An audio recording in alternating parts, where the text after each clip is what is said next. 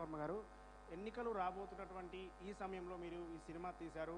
అందులో ఒక ముఖ్యమంత్రిగా చేసినటువంటి ఎన్టీఆర్ గారి మీద మీరు తీసినటువంటి ఈ సినిమా వల్ల ఏదైనా ఒక రాజకీయ పార్టీకి లబ్ధి చేకూరడం కావచ్చు, మరొక రాజకీయ పార్టీకి చెడు జరిగే విధంగా, అంటే రాజకీయ పార్టీకి ఇబ్బంది కలిగే విధంగా ఈ ఎన్నికలు రాబోతున్నటువంటి సమయంలో ఈ సినిమా ఉండబోతుంది అనుకుంటున్నారా? అందుకోసం మీరు ఈ సినిమా తీశారా? ఇప్పుడు ఎవరు ఏమి చేసినా ఎక్కడో అక్కడ ఎవరో ఒకరికి ఎఫెక్ట్ వస్తుందండి. కానీ అది నా ఇంటెన్షన్ అని మీరు అడిగితే నాది కాదు. నాకు అసలు ఎన్నికలకు సంబంధం లేదు. నేను ఏ పార్టీకి సంబంధించిన మనిషిని కాదు. నేను ఎప్పుడు నా జీవితంలో పర్టికులర్ పార్టీ మీద ఇష్టం కానీ నేను పాలిటిక్స్ అనేది నేర్చుకోను. అది that is not the issue.